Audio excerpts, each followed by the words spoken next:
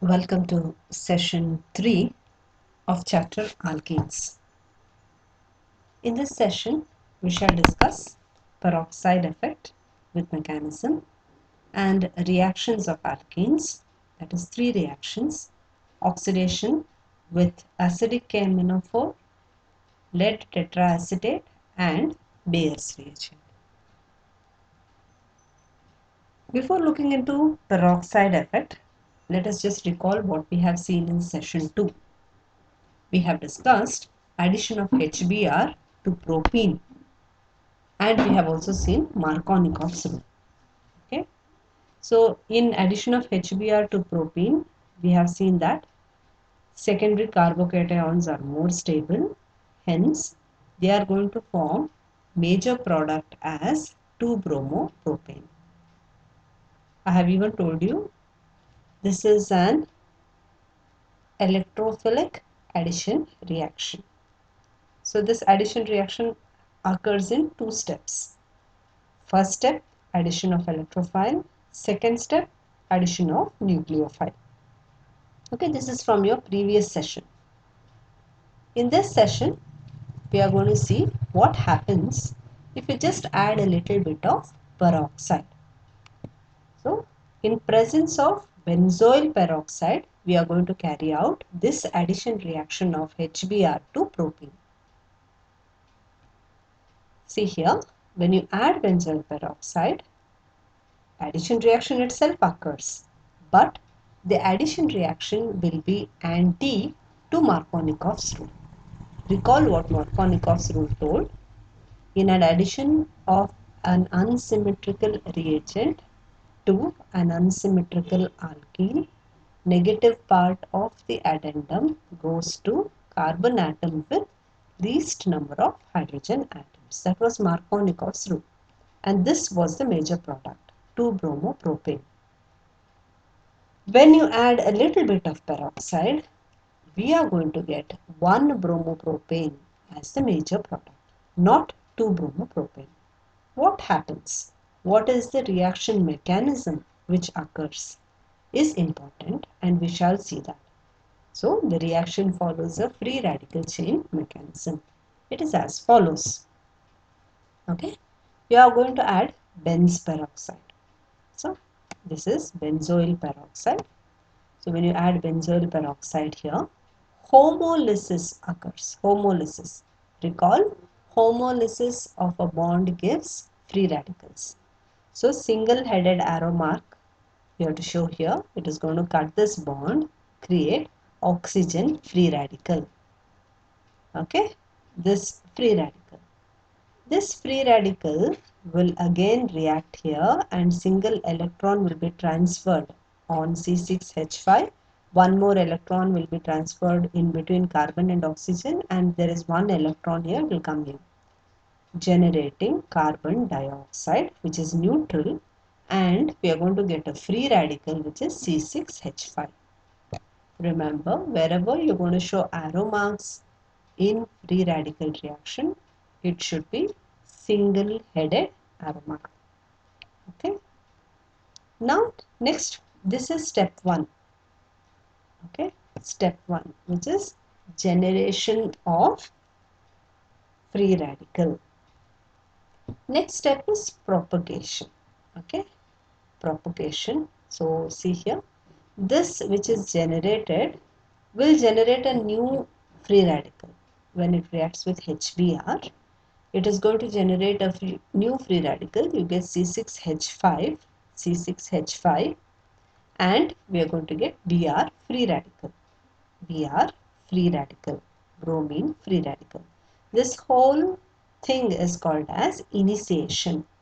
Initiation. From here, the second step will be propagation. Propagation means it propagates. It's going to go further. What happens is it is going to react with our propene. Propene. So this is a single electron transfer.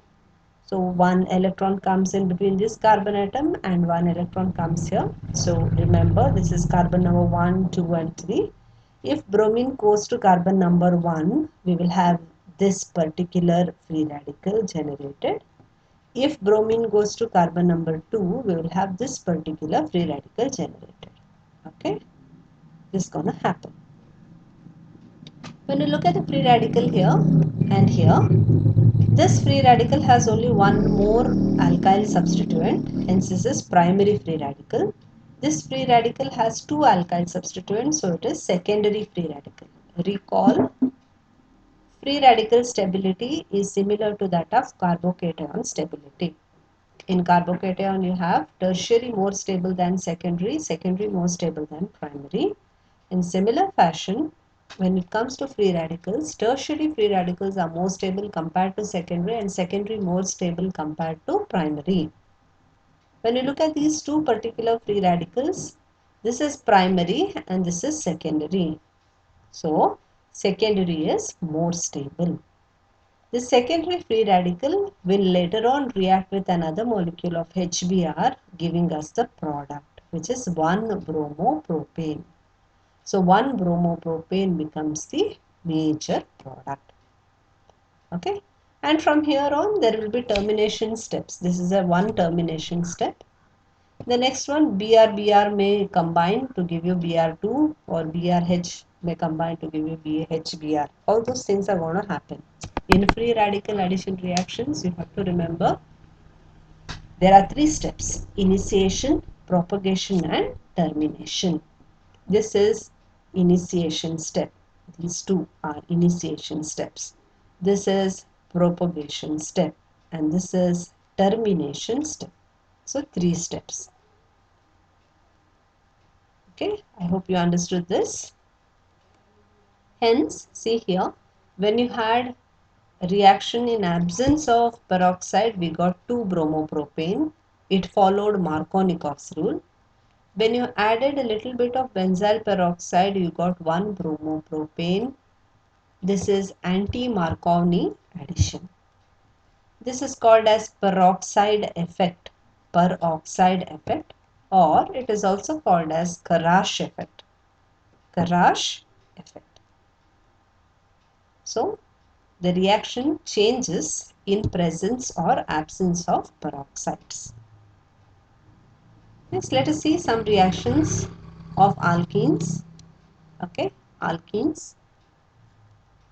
Here I have considered butene with acidic KMnO4. We have to remember KMnO4 can be used in three ways. You just dissolve KMnO4 in water, it becomes aqueous KMnO4. You make this aqueous into alkaline by adding sodium carbonate, you get alkaline KMnO4, or you can make it acidic and then you call it acidic KMnO4. First, here we are going to consider oxidation with acidic KMnO4. Whenever you take acidic KMnO4, you have to recall those titrations wherein you are going to do standardization of KMnO4 using oxalic acid. You add 2 test tubes of 2 normal sulfuric acid. You add it to make that condition acidic. When you make the condition acidic and you use KMnO4, oxidation is complete. It acts as a strong oxidizing agent. Okay. Under mild conditions, when you use acidic KMnO4 in little condition, okay, you're not going to heat it or do anything like that. Mild condition or in room temperature, when you do oxidation with KMnO4, we are going to get diols. See here, there are two OH groups attached to carbon atoms containing double bond. See, over here, KMnO4 comes and attacks. It forms a cyclic intermediate like this. This cyclic intermediate breaks to give you OH and OH. So you have COH here, COH here.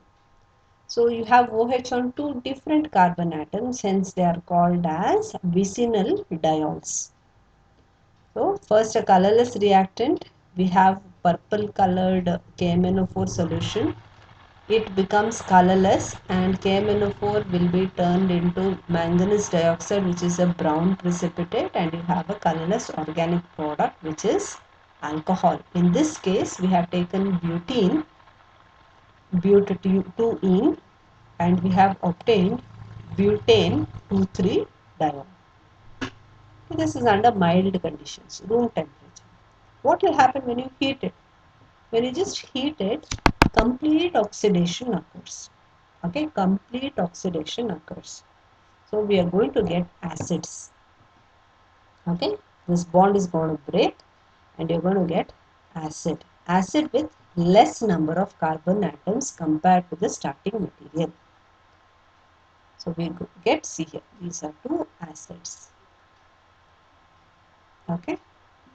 So these acids on further heating will be completely converted into carbon dioxide and water. So mild oxidation of an alkene with KMnO4 in acidic condition gives us alcohols. Strong oxidation will give us acids which later on will be converted into carbon dioxide and water. Okay, what will happen when you add aqueous KMnO4? Aqueous KMnO4 is nothing but Bayer's reagent. You just dissolve KMnO4 in water, it becomes Bayer's reagent. When you do this, it is not going to be a strong oxidizing agent. Hence, we are going to get only diols. Okay, we are going to end up getting diols. It is not going to further dissociate to give acids. It's only going to give you diols. So Bayer's reagent is alkaline KMnO4, aqueous KMnO4. The next one is lead tetraacetate. What is lead tetraacetate? We are going to have lead here, lead, Pb, and tetraacetate groups here. When we add lead tetraacetate, the reaction will be similar to that of KMnO4 here in this first mild oxidation. We are going to get diols. Okay, so we are going to get diols. Lead tetraacetate. Acetic acid is CH3COOH. Acetate means PbO. From here you're going to have an extension C double bond O CH3. So 4 groups are going to have those acetate groups. Okay, all those will have acetate groups. PbO C double bond O CH3. PbO C double bond O CH3. PbO double bond C double bond O CH3. PbO C double bond O CH3. And we are going to get diols. These are the reactions of alkenes in presence of acidic KMnO4, lead tetraacetate and Bayer's reagent. In this session, we have discussed peroxide effect with mechanism, and we have discussed some reactions, that is oxidation in presence of acidic KMnO4, in presence of aqueous KMnO4 and lead tetraacetate.